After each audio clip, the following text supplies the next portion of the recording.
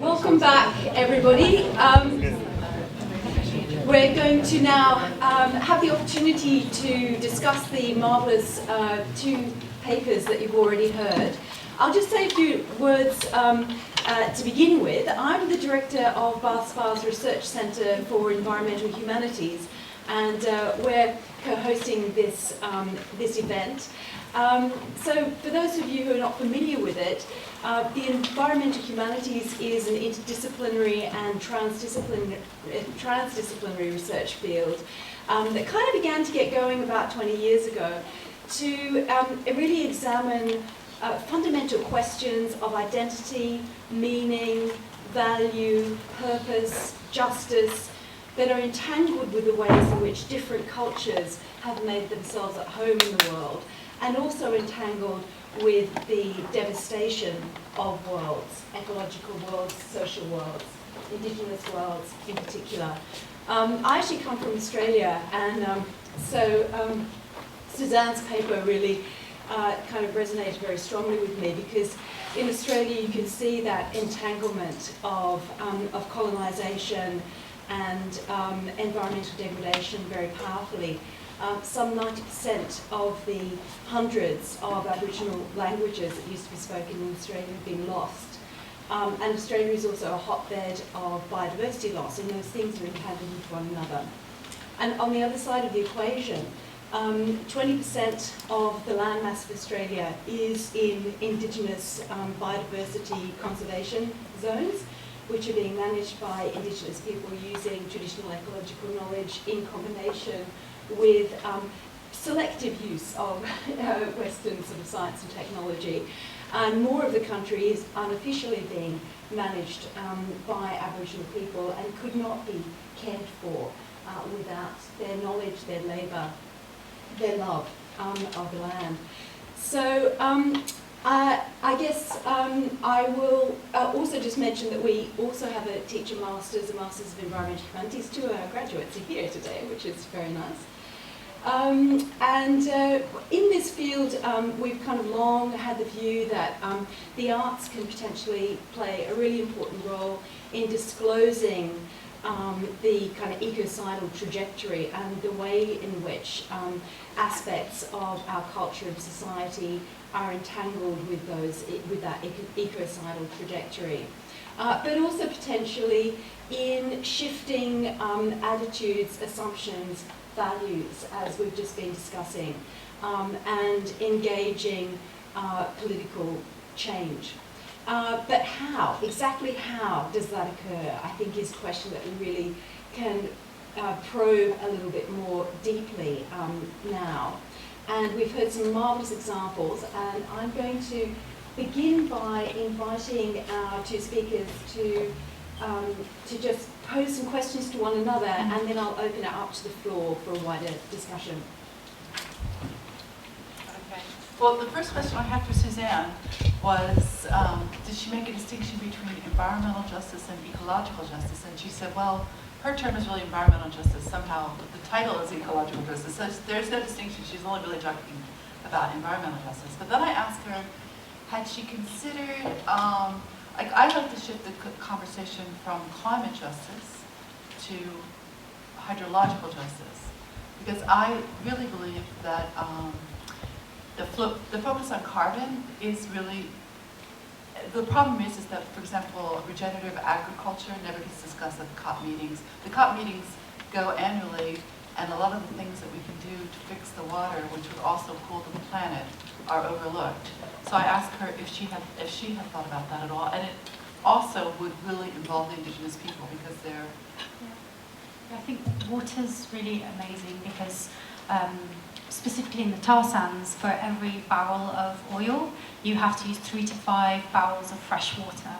So the impact on water, and also in Canada, because of NAFTA, actually Canada doesn't own 80% of its fresh water. So the sovereignty of the water, I think, and shifting that focus, I think it's really empowering. And also within Indigenous communities, the water plays such a central role in the life of women. Actually, when we were at the COP, we did multiple water ceremonies at the river, at the Seine, And it was amazing. We had like global women coming together to pray for the water, and they'd actually all bought waters from all of their territories globally, goosebumps, and brought those waters together.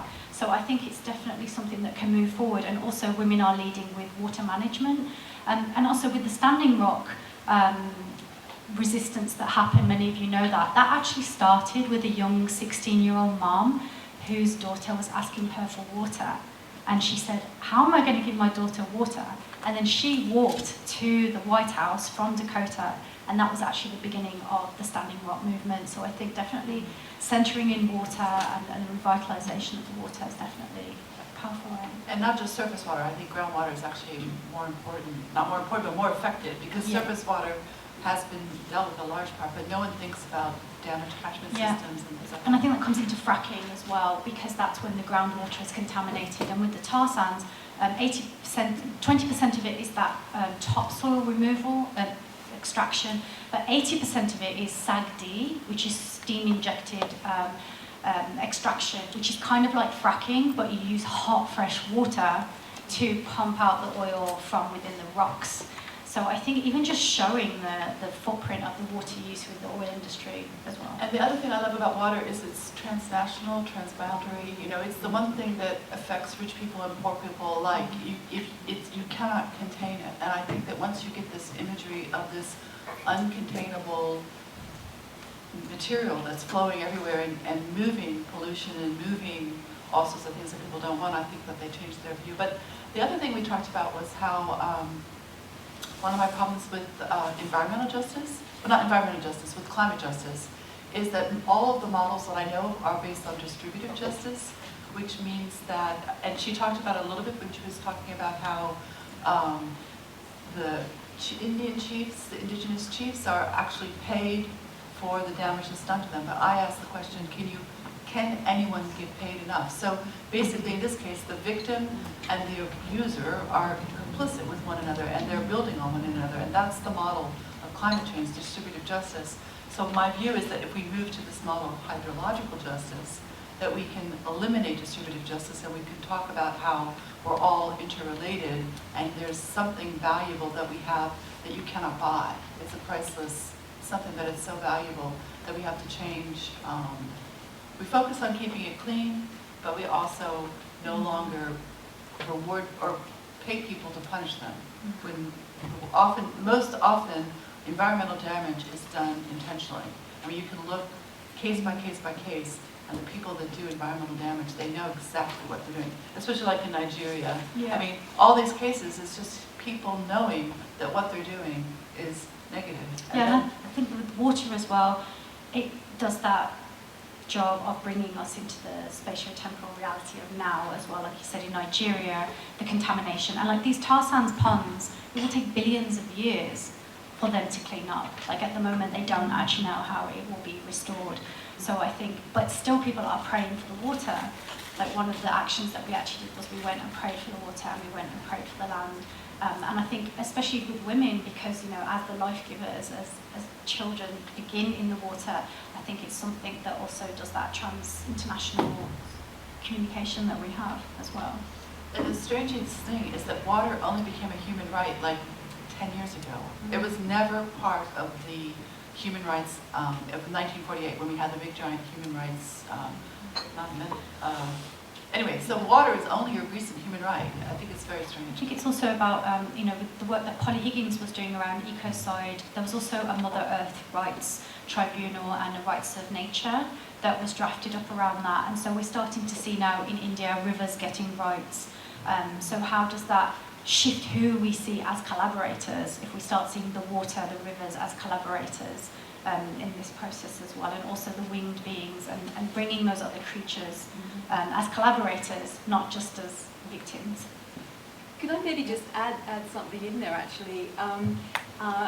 Back in the, I guess it was probably late 1970s, there was actually a sort of interdenominational Christian group in the States that developed this policy or this kind of project around eco-justice. And what they meant by eco-justice was trans-species justice. It was social justice, but it was also justice for non-human others. And I think that concept of eco-justice, a trans-species eco-justice thing, is actually probably more aligned to the value system of many of the indigenous peoples that are, in protected roles. And partly why they have been so successful is that they have not started from the presumption of human exceptionalism, but have actually started from a position of justice for more than human others and collective flourishing. I think that's part of the decolonial project, or the decolonising the imagination, and that work to also shift from this perception of humans being above other species, but also not simplifying it, because that doesn't mean that indigenous people sitting around like worshipping animals and plants. Like, there is that reverence, but there's also, if you look at the seal history of hunting seals and hunting for fur, if we come in with that Western conception of like, Greenpeace came in and they tried to ban the seal trade, which actually pushed a lot of indigenous people into economic dire situation, which meant they had to go work in the oil sands. So understanding those relationships, that every part of that animal, of that being was used, and actually a lot of those communities couldn't actually even survive in those ecosystems if they weren't using and those relationships. So undoing as well, like our separation and simplification of those relationships with the animals. Thank you. I think we should open it up now for wider discussion. So yes, a question at the back. Hi. It's a point really, but just to break open the conversation and trying to bring some things together. I think a point that wasn't made, but probably we all agree with, is there is no nature apart from us. We are nature. We also, of course, water, 60 to 70% of it. And I think it's putting things together is very important, not standing apart. Not even standing apart between the real world and the art world. It's a false division, I think. Everything's subdivisions to the same thing. And the other point I want to make that brings to the second speaker is that colonialism is probably as old as civilization, if not a bit older. And the great break, I think, has happened when we became civilized. We have to reconnect. It's been resisted throughout the history of civilization, this break. But when God created the world for us in 7 days and gave it to us to use and abuse, there was something very bad happening, and we lived with the consequences. For every indigenous person in the 21st century, there are millions and millions and millions of predecessors. And in some sense, we all once were indigenous, and we all, to some extent, are now global. Thank you. Just on one point on that, I think, yeah, definitely we're a human species on the same planet. I think it's very important, though, that we notice that colonialism never ended. Some places got given back, but it just changed form. It became extractivism, it became hidden behind the corporations that we push forward. And I think also when we're talking about indigenous people, I think the sentiment and the feeling of us belonging to the same earth is really important. But we have to be careful that we don't take away the specific legal rights that come with that indigenous identity, because I think that's and also those the recentering of that voice. So I think that's just one nuance on that. Other questions? Yes. I have a question. Did you use the word civilization? Did you say that, or did I make that up? No. You said Yeah. You did? Okay. Well, I don't know. I have a real problem with the idea of civilization being a good thing. I don't really know that that's a true story. I didn't say it. Okay. You said that was a problem. said exactly that. Maybe to clarify, I mean, thinking in terms of sort of agrarian civilization, like, you know, the development of kind of city-states and so on. I'm talking about civilization in its broad sense, the way we have been living for at least the last 7,000 or 8,000 years. But it's been a process, and once we were on that process, we were starting in the train of colonization and exploitation of other peoples and all the rest of it.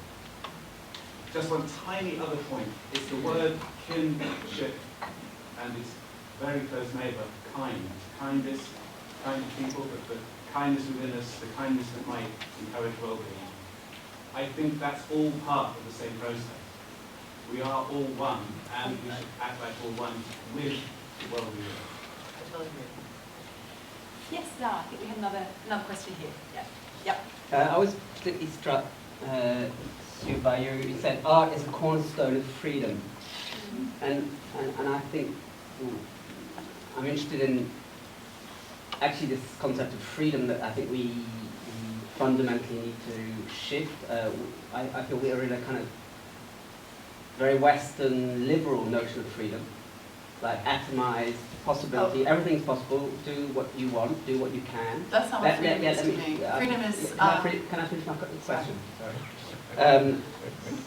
And for me, what I seem to understand from an ecological concept of freedom, and I was going to wonder, the other Sue, whether indigenous, whether there are kind of, obviously concepts are completely diverse, but whether there's kind of concept of freedom different, you feel, from within Western concepts of freedom and indigenous concepts of freedom.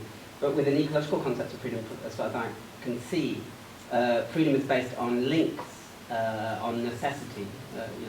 Ecosystems are free because they are actually embedded within their so-called environment, and each element of that environment is free because it's linked. It's linked because it has food, it's linked because it has capacities to reproduce itself and so on. So this thinking of, we're free because we're linked and we're in relationship with others rather than we're free because we're individuals. So there's a kind of question about freedom. I don't disagree with anything you said. I think just two things. I think, well, if I were to define freedom, I think Hannah Arendt says it best. The free act is that where the I will and the I can intersect. And I think that really bodes well for artists when they, and I think it's also a definition of well-being. I think humans feel that they have the greatest amount of well-being. For me, well-being is freedom, not really feeling great. It's really more, it's where capacity and access meet. When you have the skills you need to do something and you have the way, the means to do what you need to do. But it's not freedom like you can do whatever you want. I mean, I guess it's a point. You're trying to say that we have to curb, we can't just... Well, it's a necessity. I mean, Andreas Weber talks about autonomy and attachment. Yeah. But actually it's an autonomy within attachment. It's not, there's an attachment, there's a necessity. Without that, you're not free. I think, like for me, I guess, coming from like an existentialist trajectory, it would be freedom is coming to the awareness of like your power, and with that comes responsibility and accountability. And I think that's the part for me that is essential. And with the power and privilege work that I do, where I like walk through people through understanding their identity, I think as we understand our power and privilege and that interrelatedness, actually we unlock freedom, but we unlock that freedom in order to, bring it back and bring it into the community. And I think the incident that happened at the Royal Bank of Scotland, where we were at that interface between anarchism and indigenous, still like frontline direct action, was that space where sometimes anarchism can become individualism, and if it's not grounded in community, and it has to be come back into that community space. But I think we're also in a rupture in that freedom, like myself, like I've broken millennia of tradition by like lifestyle choices that I've made. So I think we're also all coming to terms with that freedom and accountability. But I think like within the indigenous trajectory, I think that connects also to sovereignty and the freedom to reassert sovereignty as well, because like there are many occupation camps happening right now along those pipelines. But yeah, I think with freedom without responsibility is tyranny. I don't know, don't quote me on that. Sorry, to be continued. Other questions? Yes. I just wanted to talk about judgment, actually. And I think the gentleman at the back said we are in this together. And I think being in this together means holding back judgment. And I see a lot of judgment around about our lifestyle choices, and everything from Greenpeace making a judgment about the steel fur trade to having a discussion with another activist group on Facebook about somebody who's criticising young people for their makeup and hair choices. And I think that how do we how do we keep that space of being all together and reserving our judgment on people's choices? Yeah, I think there's different points of that. I think for me, I've actually removed myself from the climate movement and the environmental movement interpersonally because there was so much judgment towards me. Like, my family's in Canada, so sometimes I have to fly. I like nice clothes, I like pop music, I've got a pair of Nike trainers. Like, I'm not outside of capitalism, and that assertion and that judgment towards flying, you know, it's alienated the EasyJet working class person, and I think we have to really look at that and why we haven't brought working class people into this movement. And I find that that's why I did so much research into pop culture and Ken Saro-Wiwa and understanding those cultures where it wasn't as judgmental, because I think it's definitely alienated people from it. But at the other time as well, like that togetherness, we have to make sure that's a real togetherness. You know, when people say, oh, well, I don't see race, it's like, well, we can't get to that point until we've had some of the difficult moments and the difficult conversations around race in this country, race in our movements, so we can come together in a real, honest togetherness. And yeah, so I think definitely the environmental movement, and I think that was what was so difficult with the Extinction Rebellion, was that it went again into this 90s grunge aesthetic. And that's why we have to look at organising cultures. What does that organising culture look like? Whereas, you know, a lot of Indigenous organising cultures or cultures that I'm involved in, they have different elements in it that connect to my spirituality and those elements as well. So can we, as artists, first see that organising is even a culture, like being that 90s grunge, that is a culture, and it's not necessarily the way it has to be. So we have to, as creators, be creative in shifting that, but definitely moving away from the judgment, yeah. Yeah, I think that's probably what motivated my comment too about not, you know, the artists have to make decisions for the kinds of art that they make, and we can't have everyone be eco-artists. And in fact, they would be terrible eco-artists. If everyone had to be an eco-artist, they probably would not be very good at what they do because it requires so much research of a particular kind that you can't have everyone, well, just like you can't have everyone being a painter. But I'm really, this idea of judgment, last year when I did this show in a forest, I was really struck that I think we made a huge error. Because we should have, before anyone made their artworks, we had 20 artists working in a forest, and before anyone even made their artworks, we should have probably spent 2 days chatting with each other, because what happened instead is that they made their proposals, we tried to figure out the most efficient way to help them make their works, and then everyone spent the next 2 weeks backstabbing, oh, they're not doing this ecological, they're not doing this, they should have done this, they should have done. And I was part of this because I was trying to think, okay, this lady is painting all the branches red, and she's using the spray paint. And then I went online and found Swedish barn paint. I thought, oh God, why didn't she think of Swedish barn paint? But the point I'm trying to make is that we didn't do her a service by spending 2 weeks saying she made a mistake. We would have done her the service by saying, okay, everyone, wait 2 days to make your artwork. We're going to have a discussion as a group. We're going to bring all the information that all of us have and that all of us can bring to bear. And then, when everyone starts to work, there will be a kind of an openness of discussion, because in fact, all of us need to work out these ecological, all have the solutions, and we all need to share our information, and until we get working, that's when we find out the backlash. Mm-hmm. But I have one little story. So, I don't know, I'm sure you guys have heard of Whole Foods, because I think they have them now in the UK, right? Mm-hmm. So there's a research that's been done in the Whole Foods. So when people go to Whole Foods, they're apparently, when they leave the Whole Foods, they're less likely to give money to poor people or anyone raising money. If they go to another kind of store, like the most evil American store, Walmart, when they walk out of Walmart, they give everyone $1 or $2, I don't know what. And the psychologists are trying to understand, like, why is this? Like, why do people who go to Whole Foods, they seem to be spending more money than people going to Walmart? So it turns out that, I don't know if it's true, but this is the current working analysis, is that people who go to Whole Foods feel like they have done something morally good that day. And that therefore, when they leave Whole Foods, they have no other obligations to anybody. They've already supported their local farmer, they've already supported their local butcher, and I don't know if it's true, but the point I'm trying to make, it could very much be a class thing. It seems more like a class thing than a moral whatever, but it's part of this, it's one of the reasons why judgment is bad, because judgment when we start to think that we've done the right thing, that we're morally superior, it clouds our judgment. And it doesn't, and that's why I'm saying, like last year we made a huge mistake. We should have been having an open discussion, 20 equal eco-artists, how do we do the things the best, instead of like all this judgment behind the scenes. Yeah, that's great. I think it's because also Whole Foods is so expensive, you've got no money left.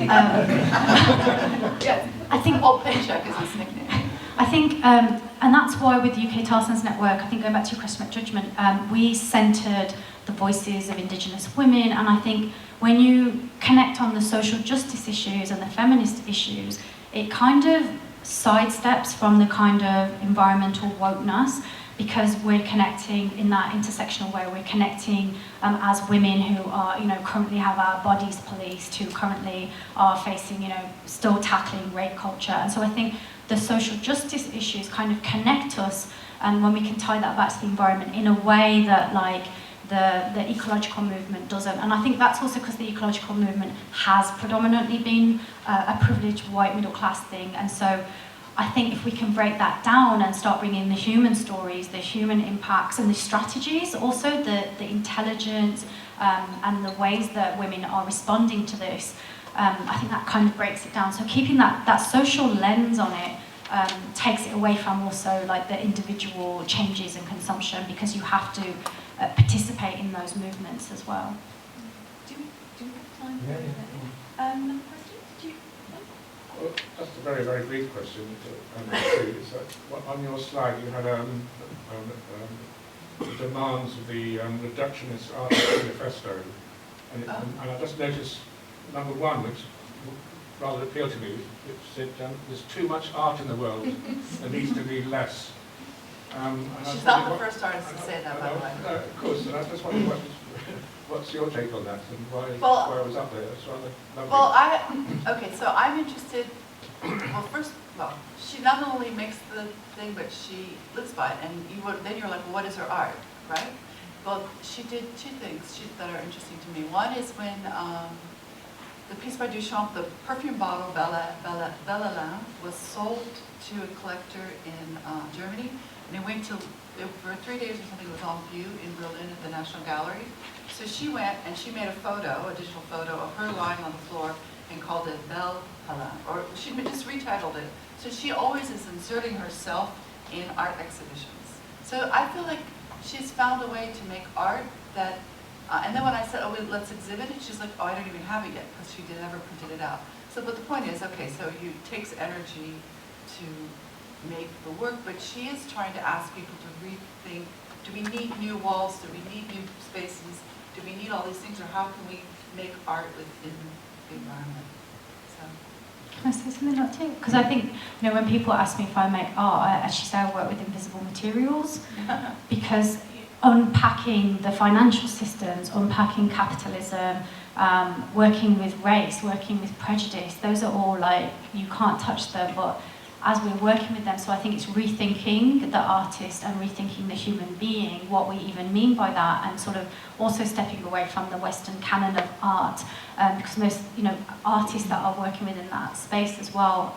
So I think definitely we need to just blow open even what we mean as an artist in this time of crisis. Yes, Owen. Well, it's almost been said already, but Ollie Mould, who's a geographer from Royal Holloway, has a book called Against Creativity out at the moment. And capitalism is a very creative process in one way, isn't it? The amount of fantastic art, design, product, branding in capitalism is one of the massive problems we face, and that's on a spectrum of creative practice and artists and things. And so it's not only what the artists do, what is the whole nature of creativity in the first place is a big challenging question here, and it's being raised already, I think. Yeah, I don't know if capitalism is so creative. To me, it's more mimetic. I don't see it. I mean, yeah, they create new products to buy that we didn't have last year, but it doesn't strike me, capitalism does not strike me as being creative, even for new financial instruments. Okay, bitcoins, I don't even know what they are, but that sounds like it's creative, but it sounds maybe also a little bit more of the same, an abstract instrument that we're all seduced about. No, you have some insight? Yeah, and there's a concept in Bolivia as well that's like the life project and the death project. So you can be creative, but you're working towards the death project, or you're working towards the life project. So, and I also like, I think